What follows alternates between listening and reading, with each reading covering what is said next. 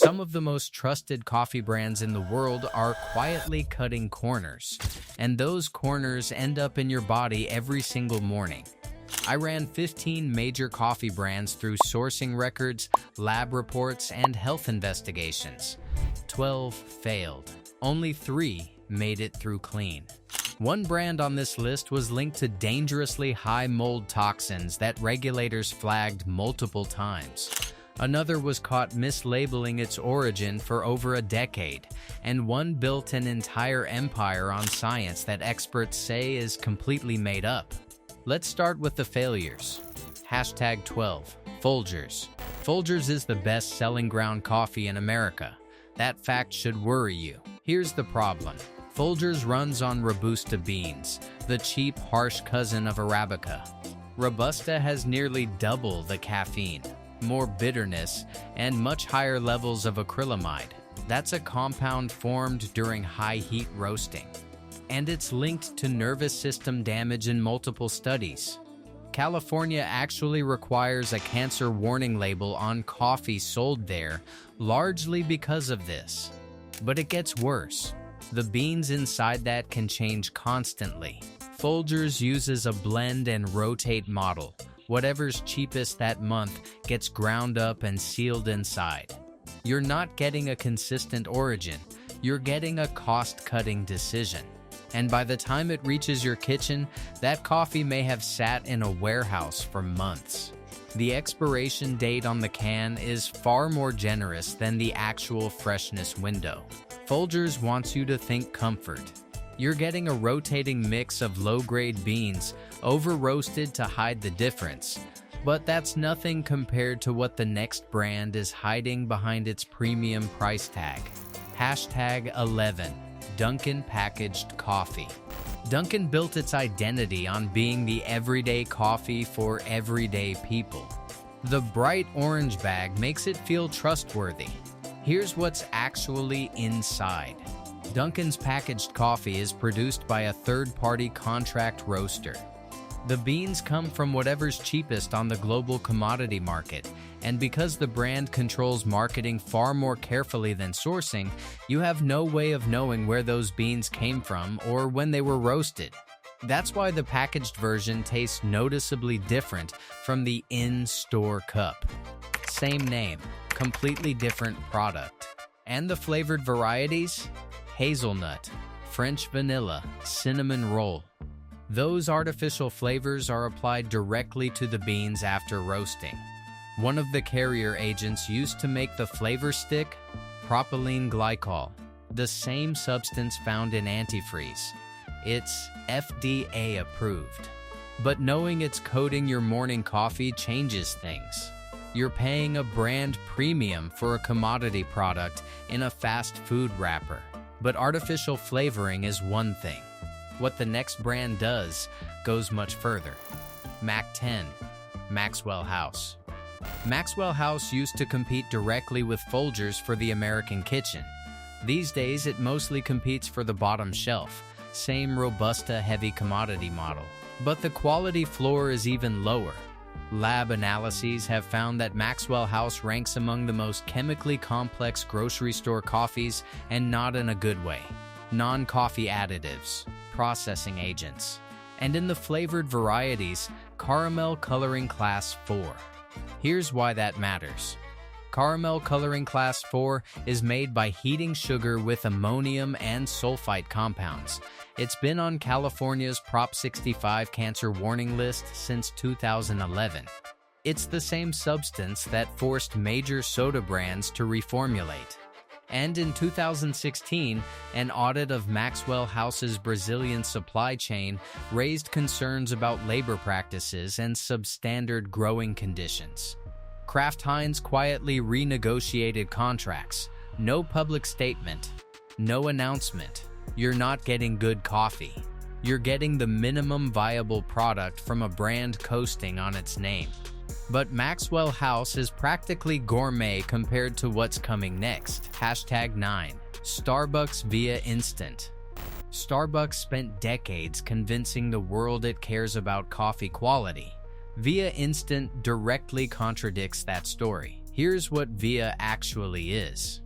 Part micro-ground coffee. Part spray-dried soluble powder, the exact same industrial process used to make generic instant coffee. During that process, coffee gets blasted through a superheated chamber. The water evaporates. And all those complex aromatics that make coffee taste like coffee? Gone. Starbucks markets Via as indistinguishable from fresh brewed. In actual blind taste tests, trained coffee tasters identified it as instant at rates well above chance. And the price: 8 packets for around $10. That's $1.25 per cup, the same price as a genuinely excellent specialty coffee from a real roaster. You're paying for a green logo on a packet of powder. Via is a marketing product, not a coffee product. But at least it tells you what it is. The next brand on this list spent years deceiving customers about something far more fundamental. Subscribe if you're finding value here. Done? Let's keep going. #8. Nescafé Classic. Nescafé is the most purchased coffee brand on earth. By virtually every objective measure of coffee quality, it is also one of the worst. It's 100% spray-dried instant. Every complex aromatic compound that gives coffee its character, destroyed in processing. What's left is flat, bitter, and chemically hollowed out. But wait, here's where things get worse. In markets outside the United States, Nescafé Classic has repeatedly been found to contain chicory root, barley extract, and other fillers, blended in without being clearly labeled. A 2019 investigation by food safety regulators in India found that samples labeled as pure coffee contain significant quantities of non-coffee plant material. And Nestle's supply chain? A 2020 Rainforest Alliance audit found that parts of Nescafé's sourcing network included farms that could not document legal land use or compliance with deforestation standards. You're drinking chemically simplified, potentially adulterated, environmentally questionable powder. The fact that billions of people do this every morning doesn't make it good coffee. But adulterated instant powder is almost quaint compared to the contamination story at number 7. #7. Off-brand K-Cup pods. The Keurig machine itself isn't the problem. The flood of cheap, off-brand K-Cups is a completely different story.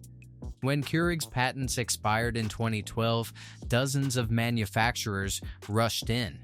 Many of them use bottom-of-the-barrel commodity coffee, sometimes the same rejected batches turned away by name-brand buyers, repackaged under grocery store labels and sold at a discount. And here's the part that should bother you most. The pod format makes all of this invisible. You can't smell it. You can't inspect it. You have no idea when it was roasted or where it came from. The sealed plastic pod is the perfect container for low-quality coffee because the format itself bypasses your senses. It gets worse. Independent testing found that certain K-Cup pods deliver up to 40% less caffeine than advertised per cup. If you're drinking coffee to function, that inconsistency matters. And then there's the plastic itself. Research has documented leaching of BPA and antimony from pod materials into hot beverages, bad coffee, unpredictable caffeine, chemicals from the container. That's a triple failure before 8 a.m., but plastic leaching is manageable compared to the mold problem at number 6. #6. Death Wish Coffee. Death Wish markets itself as the world's strongest coffee. A skull on the bag, maximum caffeine, maximum attitude. What they don't put on the bag is the contamination recall. In 2017, Death Wish issued a voluntary recall of all canned cold brew products after testing detected Clostridium botulinum, the bacteria behind botulism. That's potentially fatal. The recall was quiet. The marketing kept going. Most customers never heard about it. But here's the deeper problem. Death Wish is heavily Robusta-based, and Robusta beans are significantly more susceptible to mold during storage. Third-party lab testing on high caffeine blends similar to Death Wish has found measurable levels of ochratoxin A, a mycotoxin that affects kidney function, and the caffeine content. A 12-ounce serving contains around 728 milligrams of caffeine. A normal cup has about 120. For anyone with an undiagnosed heart condition, that's not extreme coffee. That's a cardiovascular stress test. Death Wish built a brand on dangerous-sounding marketing. The actual danger isn't the branding, it's in the product itself. But Death Wish at least tells you it's extreme. The next brand sells you a lie with a smile. Hashtag 5. Lavazza Supermarket Blends. Lavazza is a 125-year-old Italian institution. The supermarket blends exported around the world are a different matter entirely. Here's the mismatch. Lavazza's best-selling global product, Qualit Rossa, is predominantly Robusta, not Arabica. But the packaging, the visual language, the marketing, all of it implies Italian artisanal Arabica-based coffee. The gap between what they suggest and what they deliver is enormous. In 2021, a European consumer watchdog investigation found that several widely available Lavazza blends contained beans from undisclosed origins, Vietnam and Indonesia, typically bottom-tier commodity sources, not the premium Latin American origins the brand imagery implies. And you're paying a premium for it. Lavazza supermarket blends are priced well above standard grocery coffee, positioned as a step up in quality. You're paying for the aesthetic of Italian heritage while receiving commodity Robusta in an elegant package. To be clear, Lavazza's cafe-grade products are genuinely excellent. But that product exists in a completely different world from what most people are actually buying. The brand uses its reputation on one product to sell a very different product at a markup, but mislabeling origins is one thing. The next brand mislabeled the coffee itself and got sued for it. Hashtag 4. Caffè Bustelo. Caffè Bustelo has a loyal following. The nostalgia is real.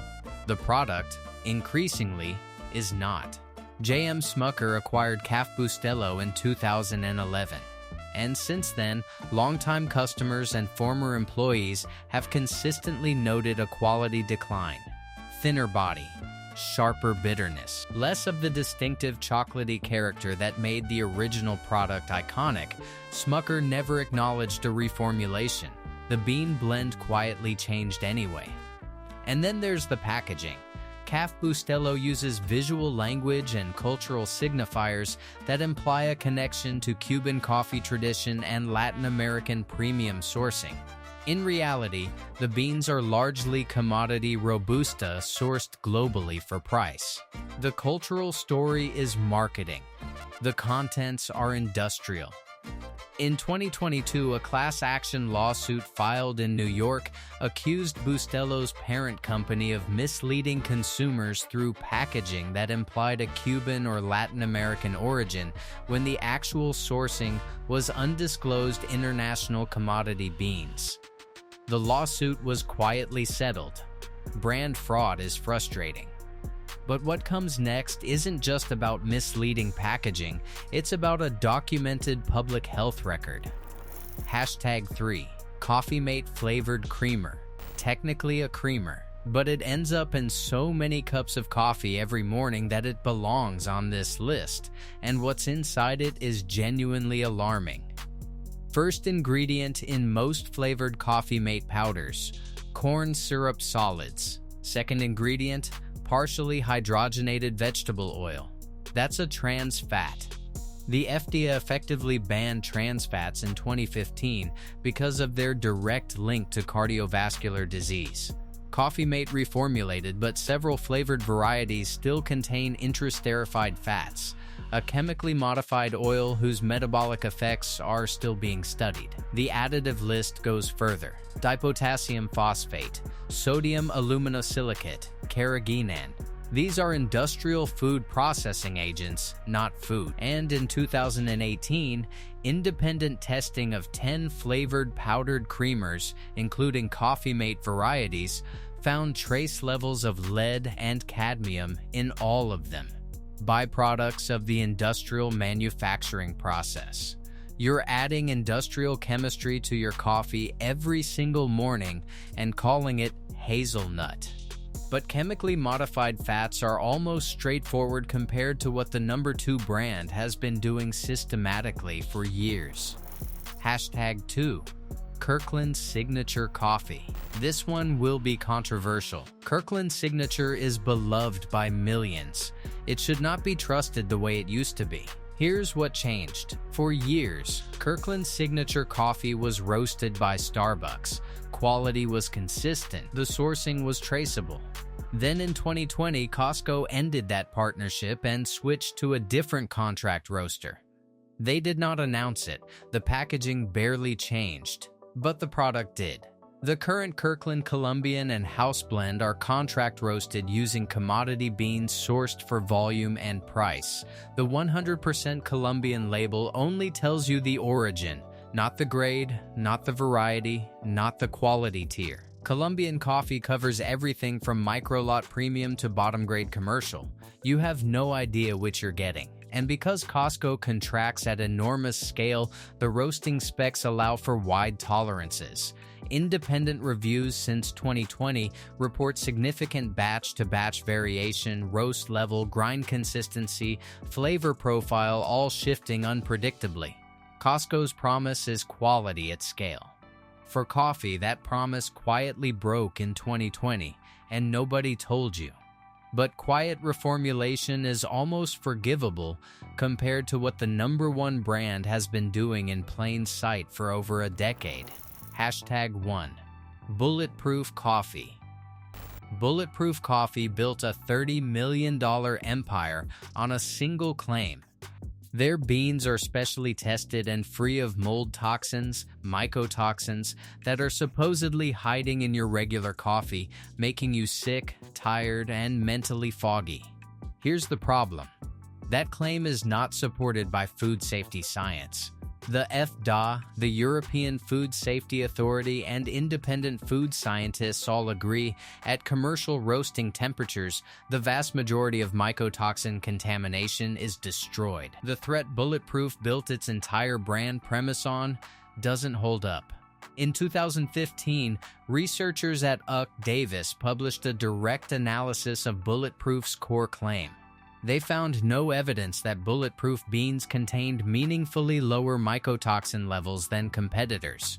The testing methodology Bulletproof described wasn't even consistent with established food safety science. And yet, the company charges $18 to $22 per 12-ounce bag. For that same price, you can buy a genuinely excellent, fully traceable single-origin specialty coffee. But Bulletproof isn't just overpriced, it's a system. First, they manufacture fear about every other coffee. Then they sell you the cure at double the price. Add in $24 bottles of brain octane oil, a refined MICT oil marketed as a cognitive enhancer with virtually no clinical evidence behind it in healthy adults, and the picture becomes clear. Bulletproof isn't a coffee company. It's a wellness grift with a French press. Those 12 brands deserve to be avoided.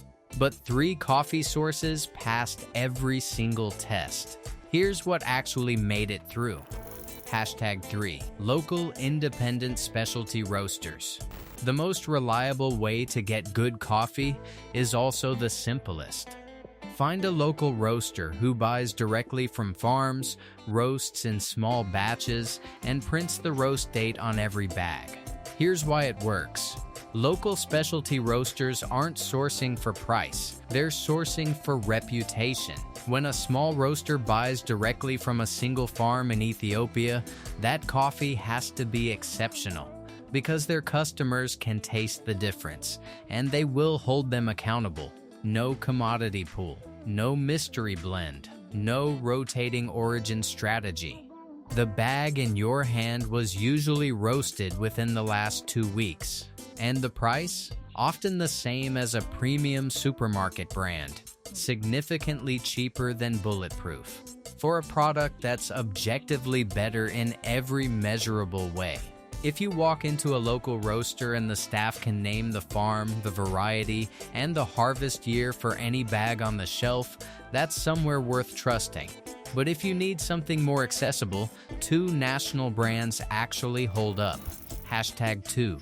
Peet's Coffee Single Origin Line.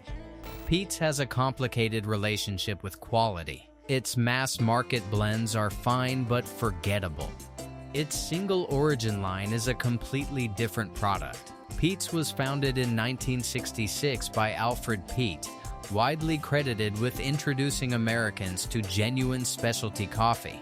That sourcing culture never fully left, even as the brand scaled. The single origin lineup rotates seasonally. The beans are traceable to specific farms or cooperatives, and crucially, the roast date is printed on the bag. Third-party audits of Peet's sourcing have found compliance with fair trade and environmental standards significantly above the industry average. The sourcing relationships are documented and publicly available. The roasts lean dark, which is a preference, not a flaw. If you want a lighter, fruit-forward cup, this may not be your match.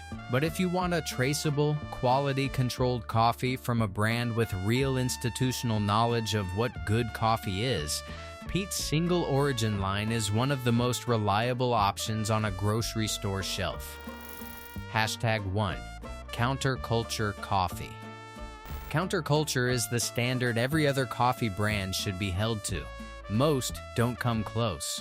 Founded in 1995 in North Carolina, Counterculture has operated on direct trade principles since before direct trade was even a marketing term. They publish an annual transparency report, every origin they sourced from, the exact price they paid per pound, and how that compares to commodity market rates. No other major coffee brand does this. Their sourcing model is built on long-term farm relationships, some over a decade old.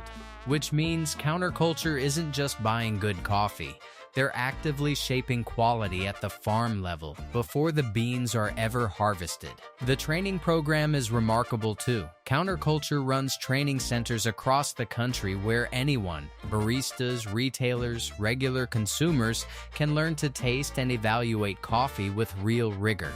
This is a company that wants you to develop the skills to judge what you're drinking. That's the opposite of what most brands want. Price is around $20 per 12-ounce bag. Every dollar of that premium is accounted for in sourcing, transparency, and quality. When a brand pays farmers a documented premium above commodity prices and publishes the receipts, that's not expensive coffee. That's what honest coffee actually costs. Counterculture proves it's possible. You just have to know where to look. This isn't about brand loyalty. Mold toxins, commodity fraud, fake health science, and chemical-laden creamers, these aren't small details.